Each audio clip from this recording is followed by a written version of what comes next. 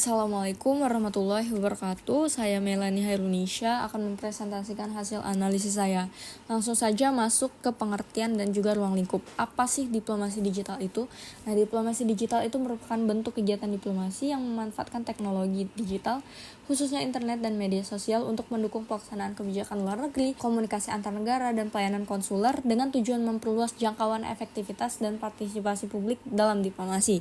Untuk ruang lingkupnya sendiri, komunikasi publik diplomatik melalui media sosial, layanan e-konsuler, kampanye daring internasional, hingga pertemuan diplomatik virtual. Lanjut, contoh nyatanya sendiri saya ambil dari 2 contoh. Yang pertama itu kampanye daring atau digital campaign, di mana kampanye digital ini menjadi strategi penting dalam diplomasi publik untuk mempengaruhi opini global dan menciptakan narasi yang mendukung kebijakan luar negeri suatu negara. Nah, contoh kasus yang saya angkat itu kampanye dengan hashtag Bring Back Our Girls yang diluncurkan oleh pemerintah dan masyarakat sipil Nigeria sebagai reaksi atas penculikan lebih dari 200 pelajar perempuan oleh kelompok Boko Haram. Kampanye ini menjadi fenomena global yang melibatkan tokoh-tokoh dunia seperti Michelle Obama dan memaksa dunia internasional untuk memberikan atensi yang lebih lagi terhadap isu yang saya angkat.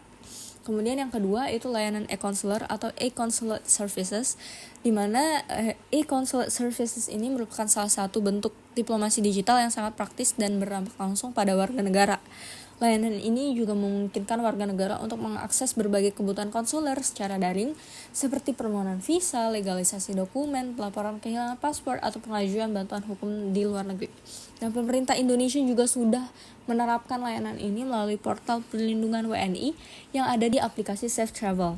Aplikasi Safe Travel ini juga mempermudah komunikasi antara WNI di luar negeri dengan perwakilan diplomatik RI, khususnya dalam keadaan darurat ataupun konflik. Lanjut ke analisis terhadap dampak positif dan negatif diplomasi digital terhadap hubungan diplomatik tradisional. Diplomasi digital membawa sejumlah dampak positif terhadap praktik diplomasi tradisional, di antaranya kecepatan dan jangkauan komunikasi, di mana melalui media sosial dan platform digital, pesan diplomatik dapat disampaikan secara instan kepada halayak global melampaui keterbatasan geografis dan juga waktu. Selain itu, diplomasi digital juga memungkinkan peningkatan transparansi dan partisipasi publik.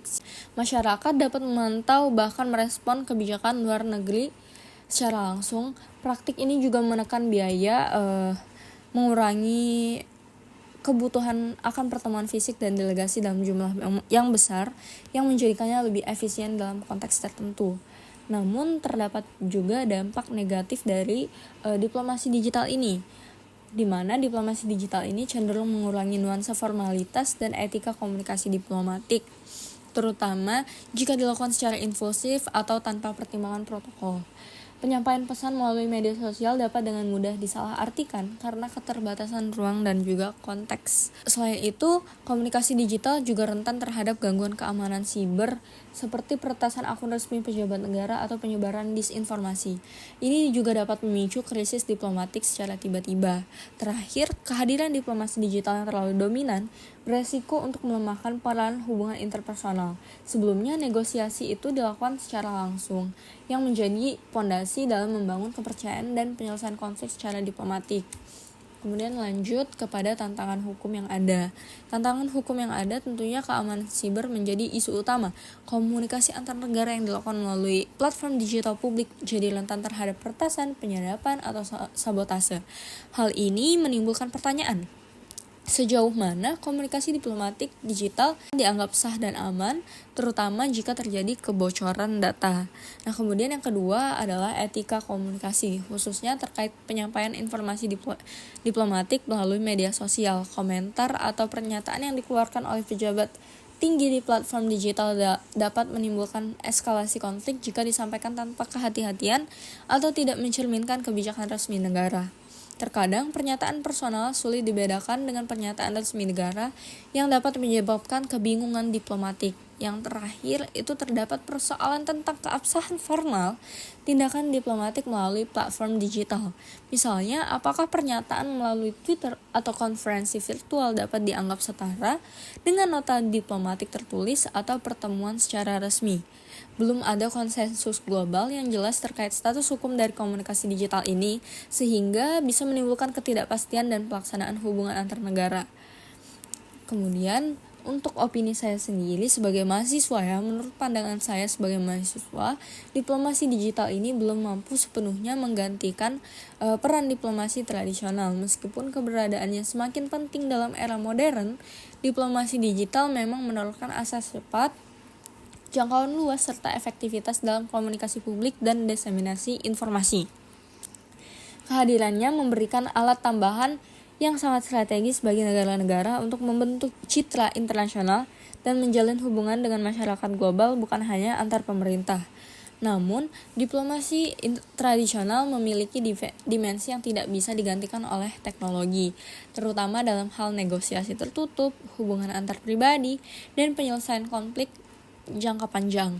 Proses membangun kepercayaan antar negara membutuhkan pertemuan langsung, diplomasi informal atau track to diplomasi, serta komunikasi yang bersifat rahasia, yang sulit dicapai dalam ruang digital yang terbuka.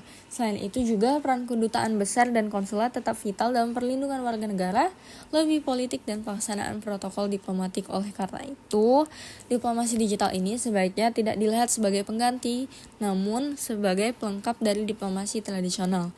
Sinergi antara kedua ini, yaitu diplomasi digital dan juga tradisional, dapat menghasilkan bentuk diplomasi yang lebih adaptif, inklusif, dan efektif dalam menjawab tantangan global saat ini.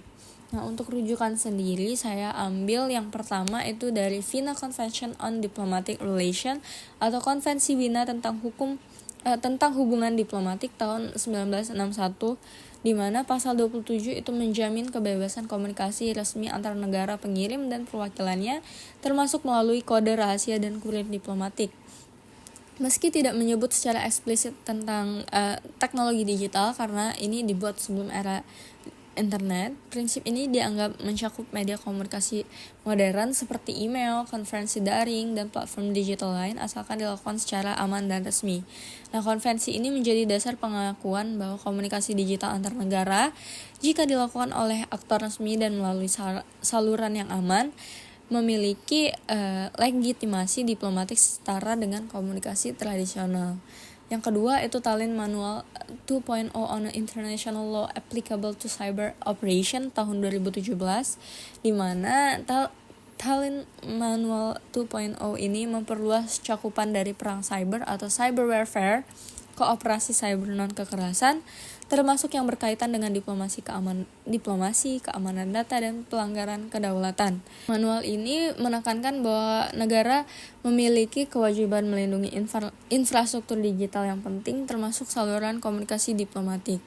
Manual ini penting sebagai panduan etis dan legal dalam menangani ancaman terhadap keamanan siber diplomatik seperti peretasan akun media sosial pejabat negara, penyadapan komunikasi diplomatik daring, dan juga serangan terhadap sistem konsuler digital.